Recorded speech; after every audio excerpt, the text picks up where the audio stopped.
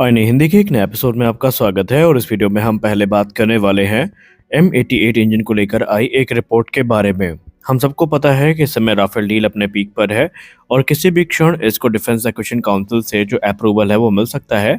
और आप सबको पता है इसके तुरंत बाद ये डील पहुंचेगी basically cabinet committee on security के पास अप्रूवल के लिए। लेकिन इसी बीच इसमें यूज होने वाले जो इंजन्स हैं उनको लेकर एक बहुत ही महत्वपूर्ण जानकारी सामने आई है। सैफरान जो कि ऑलरेडी भारत में अपनी जो एमआरओ फैसिलिटी है उसको इस्टेब्लिश कर चुका है, तो वही सैफरान अब प्लान कर रहा है M88 इंजन के लोकल प्रोडक्शन को लेकर, जहां पर वो इंडियन पार्टनर्स के साथ मिल करके M88 इंजन का जो लोकल प्रोडक्शन है वो शुरू करने वाला है।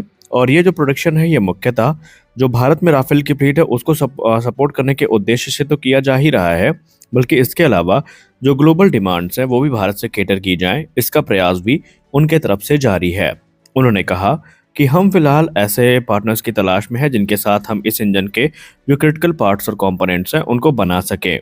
लेकिन यहाँ पर एक चीज़ काफ़ी उल्लेखनीय है और आपके लिए जाननी भी ज़रूरी है कि फ्रांस की तरफ से इस इंजन का कोई भी जो क्रिटिकल टेक्नोलॉजी है या क्रिटिकल कंपोनेंट, खासकर जैसे कोर कंपोनेंट हो गया, वो भारत में नहीं बनाया जाएगा, ये फ्रांस ही सप्लाई करेगा।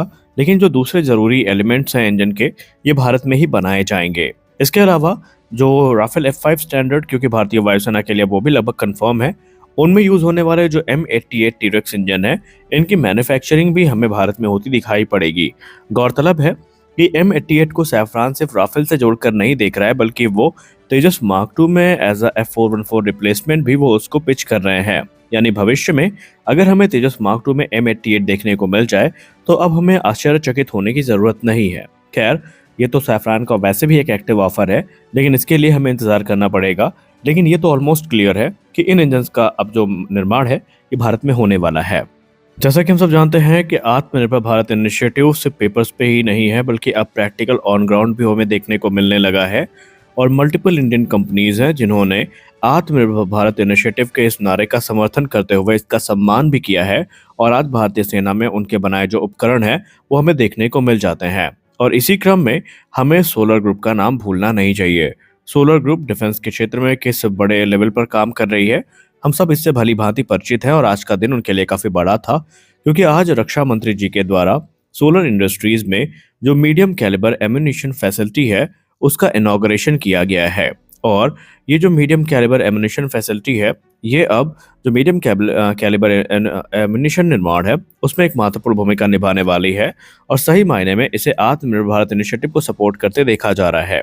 हालांकि ये तो सिर्फ एक शुरुआत है, आने वाले भविष्य में और भी कई सरप्राइजिंग इवेंट्स हैं जो हमें देखने को मिल सकते हैं और वो हमें चौंकाने में सक्षम भी होंगे।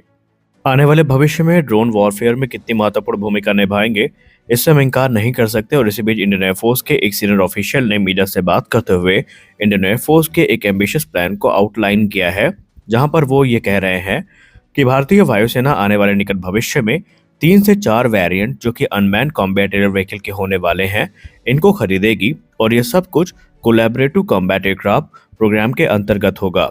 यानी कि मैन अनमैन टीमिंग का एक बेजोड़ नमूना आने वाले भविष्य में हमें देखने को मिलने वाला है, जहां पर ह्यूमन इंटरवेंशन सिर्फ इन ड्रोन्स को कंट्रोल करने के लिए होगा और बाकी का काम ये अपने से कर पाएंगे।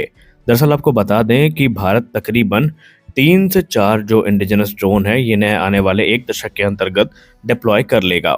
हालांकि इस पे कल हम एक डिटेल वीडियो पे बात करेंगे और इस प्रोग्राम को अच्छे से समझने की कोशिश करेंगे कि कैसे इस ड्रोन को तैयार किया जा रहा है, कौन सा इंजन इनमें यूज किया जाएगा और ये किस प्रकार से ऑपरेट करेंगे। लेकिन फिर भी ये इंडियन एयरफोर्स का प्लान काफी एम्बिशियस नजर आता है। हाल ही में एक रिपोर्ट सामने आई थी जहां पर कहा गया था कि भारतीय वायुसेना के लिए जो राफेल डील आ रही है उसमें हमें जो मौजूदा राफेल F3R स्टैंडर्ड है उनको अपग्रेड देखने को मिलेगा। और अब चीजें ये कंफर्म हो चुकी है। दरअसल इस मिस्ट्री को रिजॉल्व कर लिया गया है और ये चीज कंफर्म हो चुकी है। यूरेशियन टाइम्स की रिपोर्ट की बात माने तो भारत के जो इस समय 36 राफेल फाइटर एयरक्राफ्ट हैं इन्हें F4+ स्टैंडर्ड का अपग्रेड मिलेगा। अब जो F4 है बेसिकली यहाँ पर बताया जा रहा है कि इसमें हमें जो F4 स्टैंडर्ड का बेसलाइन अपग्रेड है वो तो मिलने ही वाला है, लेकिन सबसे खास बात ये है कि इसमें इंडिया स्पेसिफिक इन्हांसमेंट्स भी शामिल होंगी, जिसका मतलब ये है कि इसमें हमें जो कुछ प्लस अपग्रेड्स है वो देखने को मिलने वाले हैं, जो कि भारत के रिक्वायरमेंट के हिसाब से होंगे और इनको वो भारत के रिक्वायरमेंट के हिसाब से ही ढाला जाएगा। यानी ये जो डील होने वाली है ये बहुमुखी होगी, यानी इसके बहुत सारे हमें आयाम देखने को मिलेंगे, बहुत सारे बेनिफिट देखने को मिलेंगे और ये करंट फ्लीट को भी काफ़ी हद तक प्रभावित ज़रूर करेगी। जैसा कि आप सबको पता है कि Pinaka multi barrel rocket launcher system का जो पहला एक्सपोर्ट कस्टमर है वो आर्मेनिया है और आर्मेनिया ने भारत के साथ अभी तक जो भी सैन्य उपकरण खरीदे हैं वो उनकी परफॉर्मेंस से काफ़ी ज़्यादा खुश हैं। लेकिन इसी बीच एक बड़ी रिपोर्ट सामने आ रही है जहां पर आज महाराष्ट्र में रक्षा मंत्री राजनाथ सिंह जी के द्वारा जो गाइडेड पिनाका रॉकेट्स का बैच है वो आर्मेनिया के लिए फ्लैग ऑफ किया गया है, यानी उसको हरी झंडी दी गई है और ये जो फ्रेश बैच है आर्मेनिया के लिए गाइडेड पिनाका रॉकेट्स का ये अब भारत से निकल चुका है। इसे basically defence and aerospace limited जो फैसिलिटी है नागपुर में, या solar defence and aerospace limited facility sorry जो नागपुर में है वहां से फ्लैग ऑफ किया गया है और ये पहला बैच है गाइडेड पिनाका का जो कि आर्मेनिया को एक्सपोर्ट किया गया है। आने वाले भविष्य में ये संभावनाएं व्यक्त की जा रही हैं कि आर्मेनिया और भी पिनाका सिस्टम को भारत से खरीदने वाला है और इसके लिए वो ऑलरेडी भारत से बातचीत कर रहे हैं। यानी पिनाका एक तरफ जहां भारतीय थल सेना की सर्विस में अपनी धाक जमा चुका है तो वहीं जो दूसरे पोटेंशियल बायर्स हैं उनके दिल में भी अपनी जगह बनाने में सक्षम रहा है। हमारी अगली बड़ी अपडेट हिंदुस्तान एरोनॉटिक्स लिमिटेड से आ रही है। हिंदुस्तान एरोनॉटिक्स लिमिटेड ने सुखोई 30 MKI के अपग्रेड प्रोग्राम में एक बहुत ही महत्वपूर्ण सफलता को प्राप्त कर लिया है, जहां पर हिंदुस्तान एरोनॉटिक्स लिमिटेड की तरफ से सक्सेसफुली एक इंडिजिनस वेपर कंप्रेशन मशीन को विकसित किया है। इसका उद्देश्य होगा सुखोई 30 MKI के नेक्स्ट जनरेशन जो विरूपाक्ष रेडार हैं इनको ठंडा रखना। ये सिस्टम फिलहाल तो एक इंजीनियरिंग मॉडल के तौर पर देखा जा रहा है, लेकिन इसे एक बहुत बड़े माइलस्टोन के तौर पर भी देखा जा रहा है।